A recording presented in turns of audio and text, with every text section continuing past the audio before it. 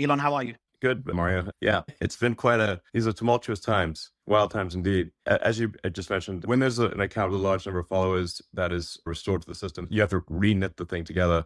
So that takes several hours. So Alex's account should be working. And Alex, I honestly don't really know you, and you don't know me, but one of the questions I really have to just get out of the way, and you've probably talked about this already before, is the whole Sandy Hook thing. If somebody's sort of denying or that murders of children, that's not cool at all. And so just what exactly did you say, and what is going on with that situation? I would like to actually hear what did you say, and yeah. Well, Elon, thank you for allowing me back into the public square so that I can actually tell the world what really happened. I don't know how much. Would you like the short answer or the medium answer or the long answer? I think at least the medium answer. I look, I guess people just want to know, like, obviously it would be like heartless and cruel to deny a school shooting of children, or to attack the parents or anyone who is involved. It seems that would be, just incredibly mean and cruel, frankly. So it's sort of, that's, I think, what a lot of people are upset about, or at least they think that is the reason to be upset about. Sure.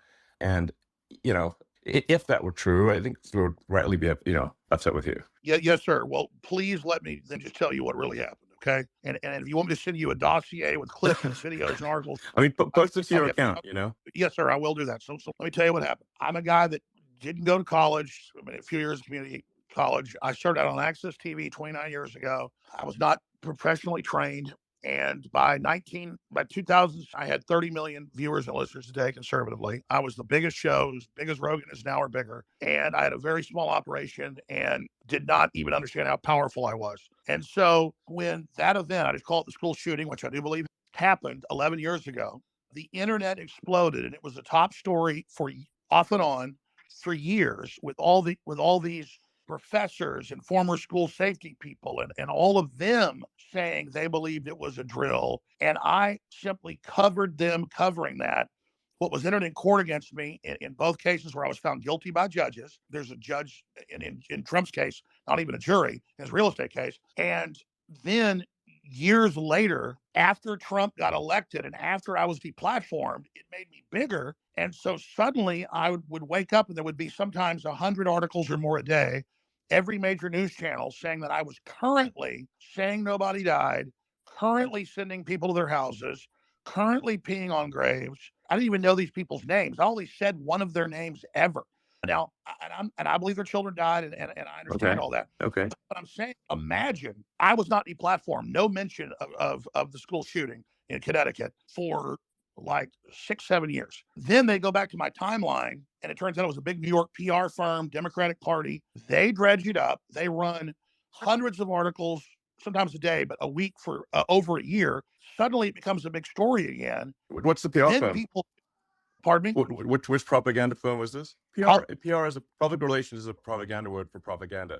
So I think we should call this propaganda firms, because that is, in fact, what they do. So what propaganda firm was this? I will find the name as soon as I'm off, because I can't do 2 days. I'm not good at doing 2 days at once. I can't walk and chew bubblegum, but I will post it to the 2X, because after they got their $1.5 billion judgment and asked for $2.67 trillion, that the GDP of India, I'm not joking, folks, that's Bloomberg. They then came out and bragged that they had quarterbacked the whole thing.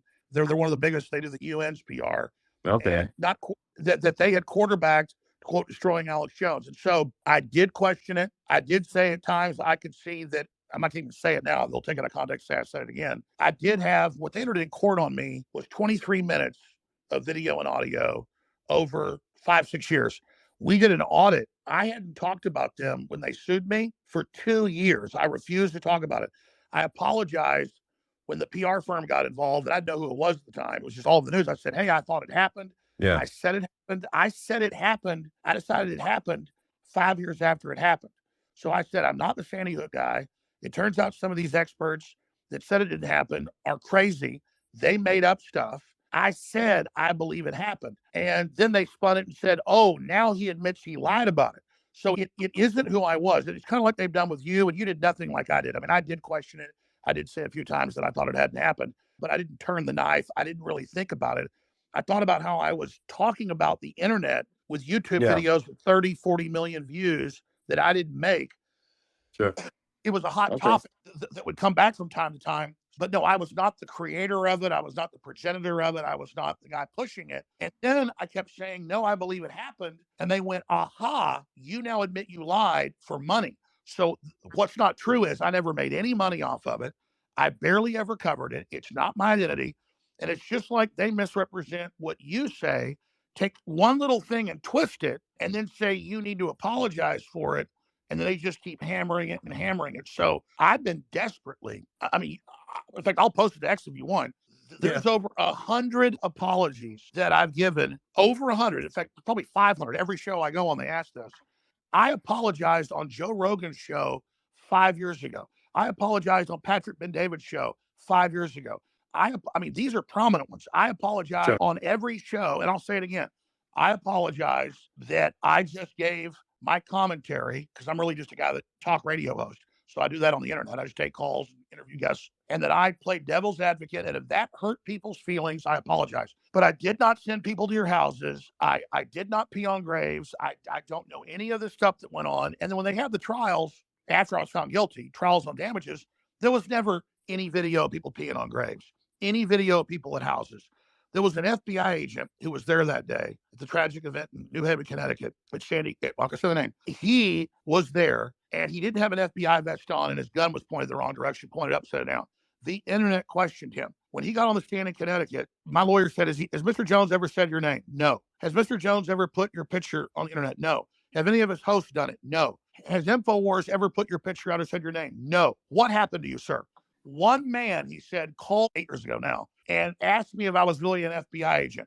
The jury gave him $94 million that doesn't exist. $94 million that never said his name. So I challenge people to find me say any of their names. I said one guy's name, and I apologized to him on the stand. The thing had probably 100 million views on 5 or 6 different YouTube videos of him smiling and laughing before he walked to the mic.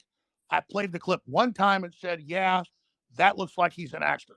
I did not attack him, did not come after him, did not say his child didn't die. Look, I don't want to fight with him, though. I said to them in a deposition, I said, I will chop my pinky finger off with a meat cleaver right now. And I will, if you'll just leave me alone and stop saying I made hundreds of millions of dollars off of you and stop saying I'm attacking you.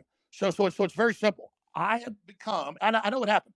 The media ran a year of articles attacking them in my name, saying things I never said as a straw man, enraging them against me. And then, so they've been victimized. They've been manipulated by a PR operation. And so I would love to come on X with the families. I'd love to raise money on this show or your show, Elon, or any of them. I'd love to come on here and raise them $10 million for gun safety awareness next week. I would love to be in an open panel with them. I would love. Okay. It actually looks like Ed Krasenstein wants to talk. Maybe Ed, could be good to hear from you. Yeah, so I kind of have a question for you, Elon.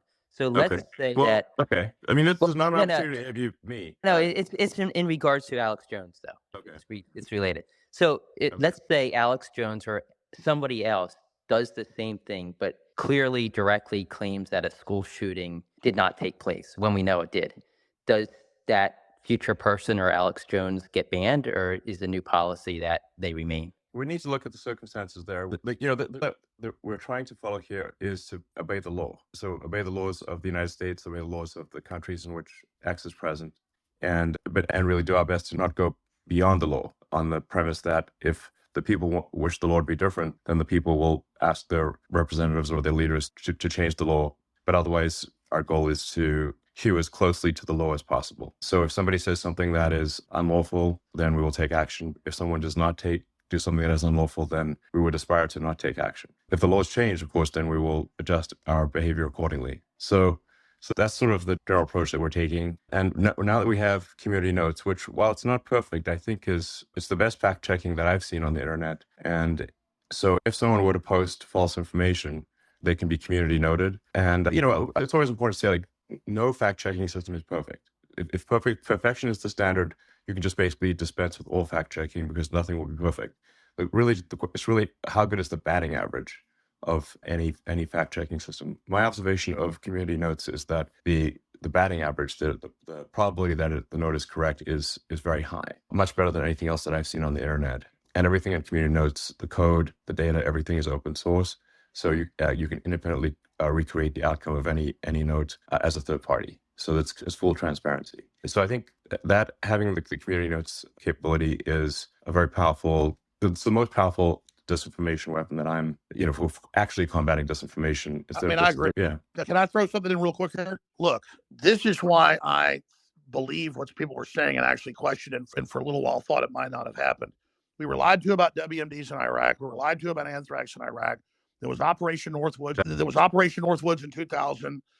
ABC News, declassified. The U.S. government planned to stage fake mass shootings and blowing up airlines with people that would take off and would land, CIA, and then they would actually just blow up a drone plane and then claim a mass event had happened or claim a mass fake shooting happened. So Jussie Smollett lied about what he did. Hezbollah and Hamas, Hezbollah ran it, did kill a lot of Israelis, condemned the attack, but it wasn't true that they cut a bunch of kids' heads off. Even the White House and Israel has to admit that. Well, people came out and said they didn't believe that there was proof that Hamas cut heads off. So the establishment view was they did cut heads off. They didn't. So how do we penalize people if somebody wants to believe the earth's flat, they have a right to, and the community notes everybody else can challenge them. But it's the establishment lying so much that makes people not believe anything. And then they lose faith in everything. I'm actually worried about this because a lot of my audience is so disillusioned. They think I'm an agent or something too. I'm not.